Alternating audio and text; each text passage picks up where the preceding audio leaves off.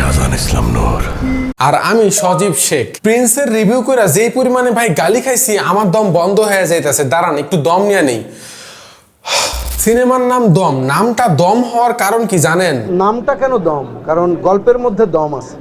Director Redwan Roni 2016 সালে ice cream cinema বানিয়েছিলেন। আইসক্রিমের ভিজুয়াল এবং ফ্রেমিং ছিল দুর্দান্ত লেভেলের। দম সিনেমার নায়ক আমার নাম হচ্ছে আহমেদ ফজলে রাব্বি নিশো, উরুফে আফরান নিশো, যিনি এর আগে সুরঙ্গ এবং দাগি সিনেমাতে অভিনয় করেছেন এবং দুইটা সিনেমাই ব্লকবাস্টার ছিল। একজন ডাকাতের লাইফ নিয়ে সুরঙ্গ সিনেমার বিষয়বস্তু ছিল, যিনি শুধুমাত্র নিজের বউয়ের জন্য ব্যাংক ডাকাতি করে, যদিও পরবর্তীতে তার বউকেই মাইরা ফেলে। আর দাগি সিনেমাটা ছিল একজন আসামিকে নিয়ে, যিনি ইল্লিগেল নানান কাজে জড়িয়ে পড়ে এবং নিজের সবকিছু হারিয়ে ফেলে। সমাজের মানুষ তাকে নিচু চোখে দেখে এবং সে হয় একজন দাগি। দুইটা সিনেমায় আমি হলে গিয়ে দেখেছিলাম। আমার কাছে সুরঙ্গটা ভাল লাগছিল, কিন্তু দাগিটা এভারেজ লাগছে। ছবির কাজ করতে যেয়ে কিন্তু আমার মনে হয়নি ছবি করতে গেছি আমি। এখানে নাটকের লোকটোক ছিল, মনে হচ্ছে যেন নাটকেরই কোনো কাজ, বিরাট একটা হোয়াইট লেন্স। আসলে কি নাটকের মতো হয়েছে? উত্তরটা আমি ভিডিও শেষে দিব। আপাতত চলুন দমের টিজারে আলোকপাত করা যাক। Best on a true story, মানে সিনেমাতে যা যা দেখানো হবে সবকিছুই সত্য ঘটনা অবলম্বনে বানানো হয়েছে।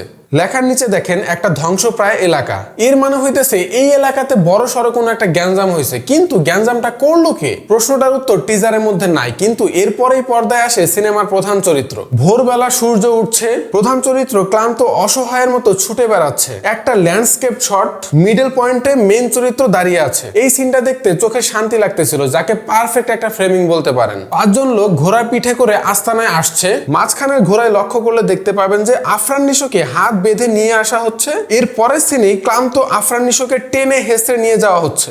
বাংলাদেশি মুসলমান। সিনেমার প্রধান চরিত্র আফরান নিশো একজন মুসলিম, এইটা মনে হয় এই 5 জন লোক বিশ্বাস করে নাই, তাই প্যান্ট খুলছে চেক করার জন্য। আফরান নিশোকে যে অত্যাচার করা হয়েছে সেটা কিন্তু স্পষ্ট বোঝা যাচ্ছে। আঘাতের চিহ্ন মেকআপ আর্টিস্ট কিন্তু একদম রিয়ালিস্টিক ভাবে ফুটায় তুলতে পারছে। একজন লোক বন্দুক তাক করে আছে, আর দেখেন প্রধান চরিত্রের মুখে আতঙ্কের সাথে কষ্টের একটা স্পষ্ট ছাপ বোঝা যাচ্ছে। একটা কষ্টের সিনকে কতটা সুন্দর করে ফুটায় তুলছে দেখেন। এই জন্যই আফরান নিশোকে জাত অভিনেতা বলা হয়। এরপরে ওয়াইড অ্যাঙ্গেলের ড্রোন শট, দূর থেকে দেখা যায় আফরান নিশোকে একটা ঘোড়ায় করে ঘোরানো হচ্ছে। ক্লোজ শটেও সেটাই দেখা যাচ্ছে। ড্রোন শটের ফ্রেমটা দেখেন, এইটা হচ্ছে দা রেদওয়ান রনি ফ্রেম। একটা রেলওয়ে স্টেশনে সবাই যেদিকে যাচ্ছে তার উল্টা দিকে যাচ্ছে পূজাচেরি। তার মুখে কষ্ট, আতঙ্ক, ভয়, কনফিউশন সবকিছুই একসাথে দেখা যাচ্ছে। আফরান নিশো অজু করে নামাজ পড়ে দোয়া করতেছে। হয়তো সে দোয়া করতেছে যে এই যে একটা সার্ভাইভাল মোমেন্ট, এই যে একটা ঝামেলা, এই যে একটা কষ্টের সময়, এটা থেকে যেন সে মুক্তি পায়। টিজারের 33 সেকেন্ডে সিনেমার আরেক বিশেষ উপস্থিতি চঞ্চল চৌধুরী হাজির হয়। চোখে মুখে দেখেন স্পষ্ট কনফিউশন, আতঙ্ক আর খারাপ লাগা ফুটে উঠছে। আর এই লাভ দেওয়ার দৃশ্যটাতে খুব সম্ভাবনা আছে যে চঞ্চল চৌধুরী এবং আফরান নিশোই থাকবে। হয়তোবা চঞ্চল চৌধুরী এখানে আফরান নিশোকে বাঁচানোর জন্য এই ঘটনাটা ঘটাবে। হলে গিয়ে যখন সিনেমাটা দেখবো তখন হয়তোবা এটা বেটার বলতে পারবো। এরপর কিছু র্যান্ডম দৃশ্য দেখা যায় যেখানে আফরান নিশোকে টর্চার করা হয়। পূজাচেরিকে দেখা যায় একটা সরষে ক্ষেতের মধ্যে, যেখানে তার মুখের মধ্যে বিষণ্ণতা ছিল। ব্লাস্ট হওয়া এই জায়গাটাই মূলত টিজারের শুরুতে ধ্বংসপ্রায় অবস্থায় দেখানো হয়েছে। চলেন এবার একটু কালার গ্রেডিং, একটু বিজিএম আর একটু এডিটিং নিয়ে কথা বলি। টিজার দেখলেই বোঝা যায় প্রতিটা ফ্রেম অনেক যত্ন সহকারে নেওয়া হয়েছে। দেখলেই প্রিমিয়াম একটা ফিল পাওয়া যায়। ব্যাকগ্রাউন্ড মিউজিক ইমোশনের সাথে কানেক্ট করতে পারছে, আর এডিটিং টিজারকে আরো প্রাণবন্ত করছে। বলবো না ভাই হলিউড লেভেলের, আগের ভিডিওতে বইলা গালি খাইছি। টাইটেলের উপরে খেয়াল করলে দেখবেন একটা AK-47 ওয়েপেনের সাথে হার্টবিট চলার সাইন ইউজ করা হয়েছে। নিচে লেখা দম। AK-47 দ্বারা বোঝানো হয়েছে নেগেটিভ পাওয়ার। মূলত বোঝানো হয়েছে এই নেগেটিভ পাওয়ারের কারণেই মেইন চরিত্র অনেক বিপদে থাকবে এবং সার্ভাইভ করে বেঁচে ফেরা অনেক কষ্টসাধ্য হবে। আমি শাহজাহান ইসলাম নূর, বাংলাদেশি মুসলমান। মনে রাখো। এই ডায়লগটা শুনলে সিনেমা দেখার জন্য একটা কৌতূহল জন্মে, কারণ সিনেমাতে এত ডায়লগ থাকতে কেন এই কথাটাই বললো যে আমি একজন বাংলাদেশি মুসলিম। কথাটা মনে রাখো।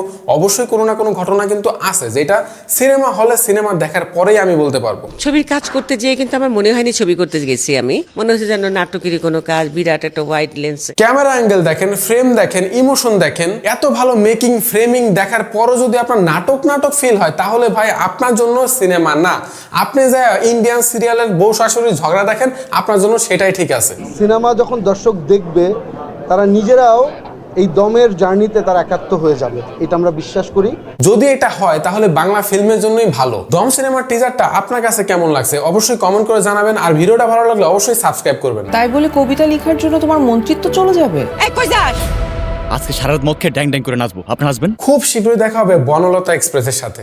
বাংলাদেশি মুসলমান মনে রাখো।